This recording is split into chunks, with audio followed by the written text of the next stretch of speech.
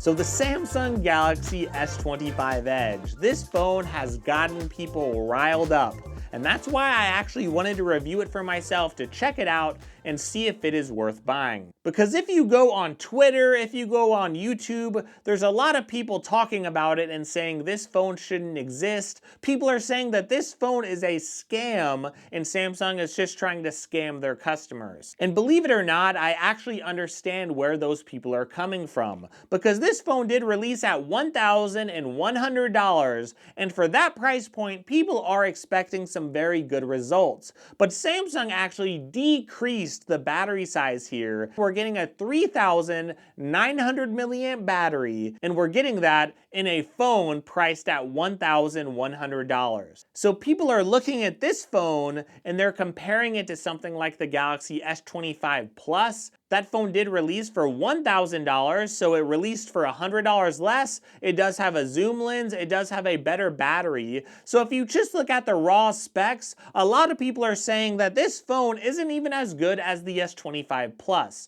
And I honestly think those people are wrong, but I do understand where they are coming from. At the same time though, I have to say, the S25 Edge, it is quite the marvel, and I think a lot of people are underestimating what this phone does bring to the table. A lot of people that use Android phones, they are spec hunters. They want the best possible specs for the money. They're looking for the biggest battery. They're looking for all of the best cameras. If you're looking at phones and you're looking at tech all the time, you're probably wanting the best specs possible. And if that is you, well, this phone is not going to be for you at all. And if you're not that person that's wanting the absolutely best specs, you might be looking for a good bargain. You might be looking to save some money. And this phone is also not for you because, again, it did release for $1,100. But believe it or not, a phone like this is actually for someone like me. And let me explain. I am someone that loves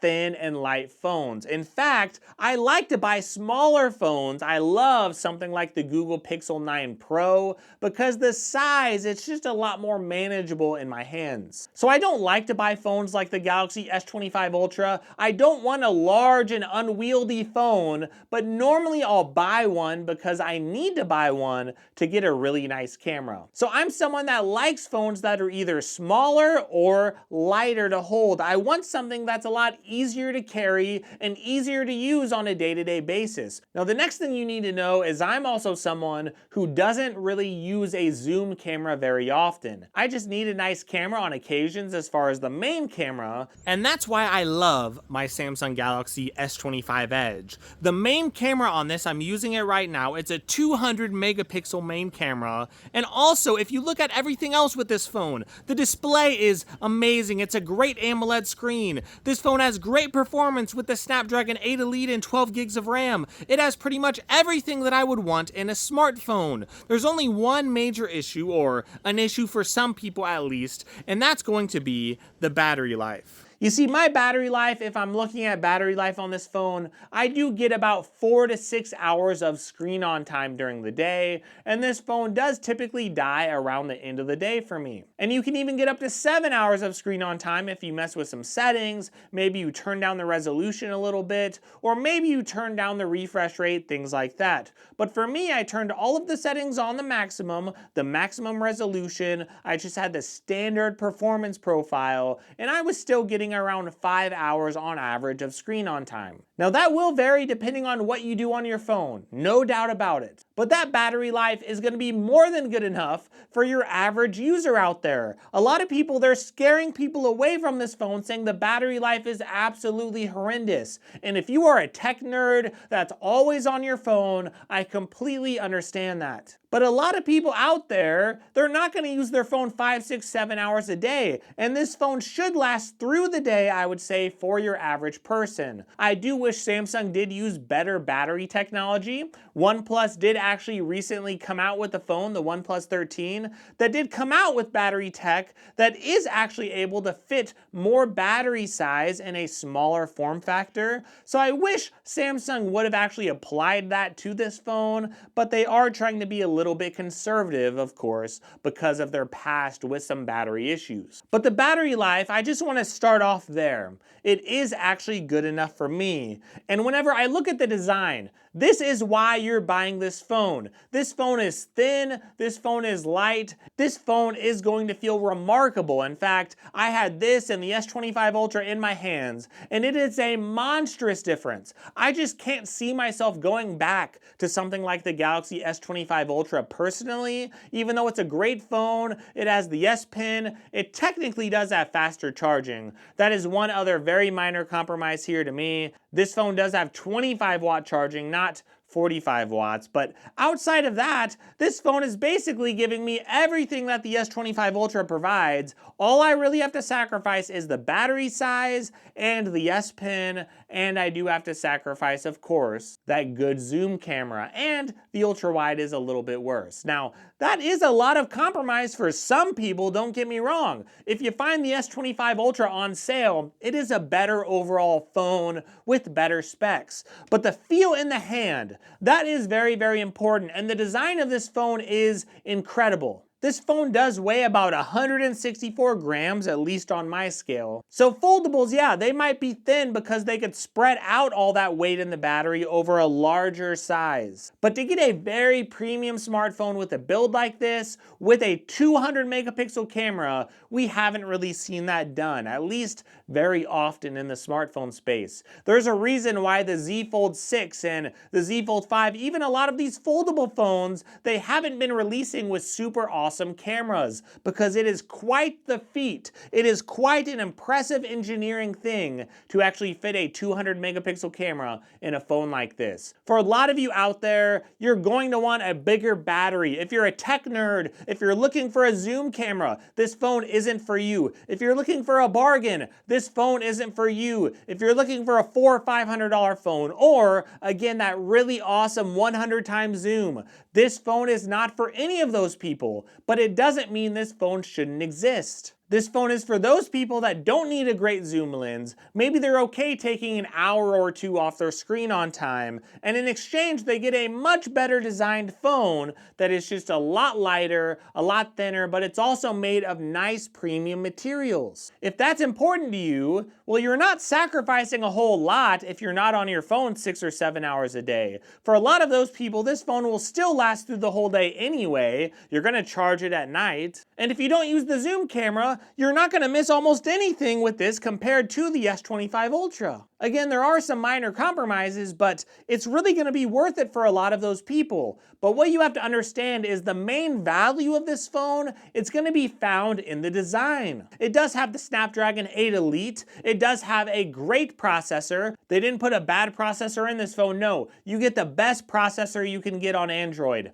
12 gigs of RAM in the base model. This phone also comes with 256 gigabytes of storage. So the performance of this phone, it is very, very good. It's going to fly through most of your multitasking. It's going to be able to fly through everything. It's going to have a top-of-the-line display with top-of-the-line performance. Now, the display is quoted to get around 2600 nits of peak brightness and all of that. The point is it's going to be more than bright enough for your average person. Now, it doesn't have the anti-reflective coating. I guess that would be considered a compromise for some people compared to the S25 Ultra, but for me, I always just put a tempered glass on my device anyway, and I did buy the anti-reflective screen protector for this, and it has been working very, very good for me. But we're getting a top-of-the-line screen here, like compared to the S25 Plus, it is terrific. We're also getting top-of-the-line performance with the Snapdragon 8 Elite and 12 gigs of RAM. So what are you missing? Again, the only things that you're really going to be missing